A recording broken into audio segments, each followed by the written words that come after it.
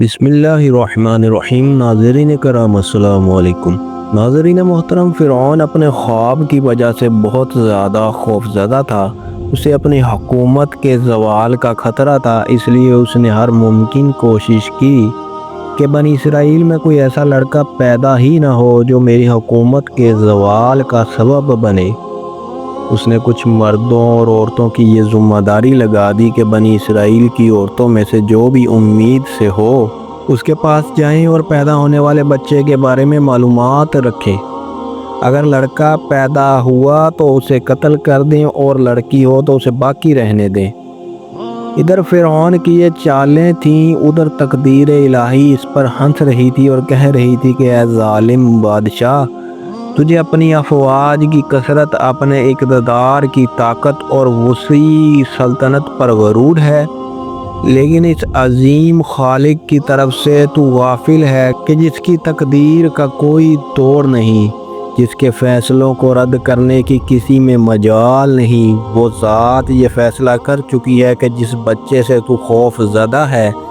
جس کے لیے تو نے بے شمار معصوم بچوں کو قتل کرنے کا حکم دیا ہے، وہ تیرے ہی گھر میں پرورش پائے گا اور تیری دنیا اور آخرت کی تباہی اسی کے ہاتھوں ہوگی۔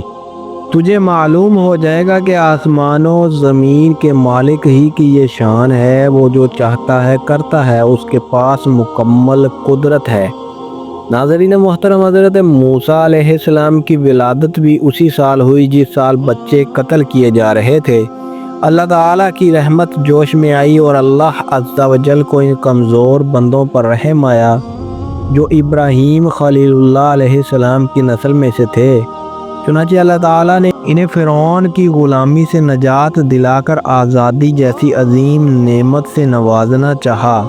فرعون اور اس کے لشکر کو ہلاک کر کے بنی اسرائیل کو اس سرزمین کا وارث بنانا چاہا۔ فرعون، حامان اور ان کی فوجوں کو یہ دکھانا چاہا کہ جس خوف سے وہ بنی اسرائیل کے بچوں کو قتل کروا رہے ہیں،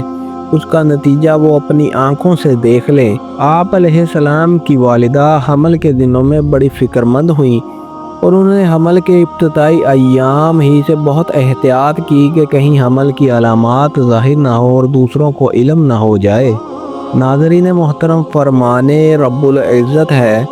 وہ ان کے بیٹوں کو بری طرح ذبح کر دیتا اور ان کی بیٹیوں کو زندہ رہنے دیتا۔ بلا شبہ وہ فساد پھیلانے والوں میں سے تھا اور ہم یہ چاہتے تھے کہ ان لوگوں پر احسان فرمائے جنہیں زمین مصر میں کمزور بنا دیا گیا تھا اور انہیں دین کا پیشوا اور سرزمین مصر کا وارث بنائے، اور ہم انہیں زمین میں اقتدار عطا کریں اور فرعون، حامان اور ان کے لشکروں کو وہ کچھ دکھا دیں جن کا انہیں بنی اسرائیل سے خطرہ تھا، اور ان کی جگہ ہم نے ان لوگوں کو جو بالکل کمزور شمار کیے جاتے تھے اس سرزمین کی مشرق و مغرب کا وارث بنا دیا جس میں ہم نے برکت رکھی تھی۔ اور اس طرح اے نبی، آپ کے رب کا اچھا وعدہ بنی اسرائیل کے حق میں پورا ہوا، اس لیے کہ انہوں نے مصائب پر صبر کا مظاہرہ کیا، اور ہم نے فرعون اور اس کی قوم کی بنائی ہوئی چیزوں سمیت اونچی عمارتیں اور محلات تباہ فرما دیے۔ ناظرین محترم، جب حضرت موسیٰ علیہ السلام کی ولادت ہوئی تو اللہ تعالیٰ نے حضرت موسیٰ علیہ السلام کی حفاظت کے لیے ان کی والدہ کے دل میں یہ بات ڈال دی کہ اپنے بچے کے لیے ایک صندوق بنا لو، اور جب تمہیں یہ خطرہ ہو کہ فرعون کے کارندے آ کر اس بچے کو قتل کر دیں گے تو اسے اس صندوق میں ڈال کر دریائے نیل میں بہا دینا۔ ہمارا آپ سے وعدہ ہے کہ ہم اس بچے کو واپس آپ کے پاس لوٹا دیں گے اور اسے اپنا رسول منتخب فرمائیں گے۔ چنانچہ آپ علیہ السلام کی والدہ نے اسی طرح کیا۔ ناظرین محترم، فرمان رب العزت ہے، اور ہم نے موسیٰ علیہ السلام کی ماں کو الہام کیا کہ تم اسے دودھ پلاتی رہو، پھر جب تجھے اس کے قتل کا خطرہ محسوس ہو تو اسے دریائے نیل میں ڈال دینا اور خوف اور غم نہ کرنا، یقیناً ہم اسے تیری طرف لوٹا دیں گے اور اسے اپنے رسولوں میں سے بنائیں گے۔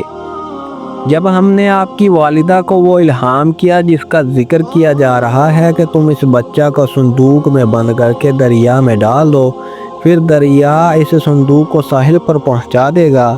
اسے میرا اور اس موسیٰ کا دشمن لے لے گا، اور میں نے اپنی طرف سے آپ کے لیے لوگوں میں خاص محبت پیدا کر دی تاکہ موسیٰ کی پرورش میری نگرانی میں ہو۔